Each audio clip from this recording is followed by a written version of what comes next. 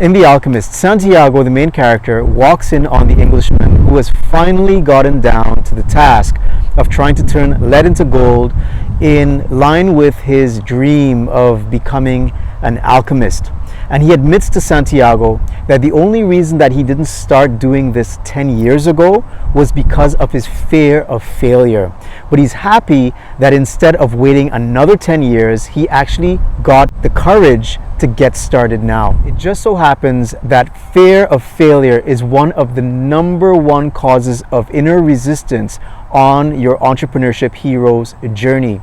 But let's go into this fear of failure and try to unpack it and understand it, because there's a little bit of irony involved here.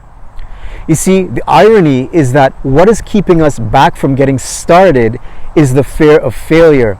But isn't that the real failure? Because if you never get started, there is a 0% chance of being a success. However, if you actually step into the unknown and take those definitive steps in the direction of your dreams and your entrepreneurial goals, and you make mistakes, things don't work out, maybe you lose some money on the way and things like that, would that not necessarily constitute the idea of feedback rather than failure?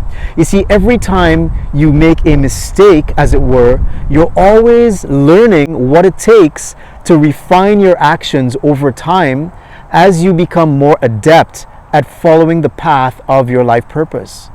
Consider the fact that the Englishman in The Alchemist had his face constantly buried in a book about alchemy, but never allowed himself to actually get started on the path of alchemy.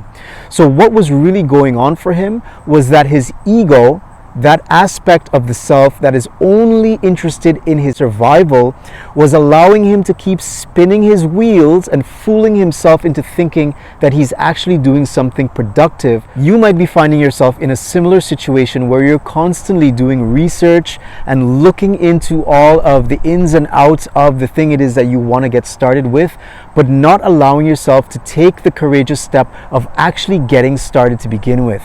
So I want you to really consider, what is the real failure? Are you afraid of the failure that comes as a result of walking the path, which is actually only feedback that helps to refine your actions over time?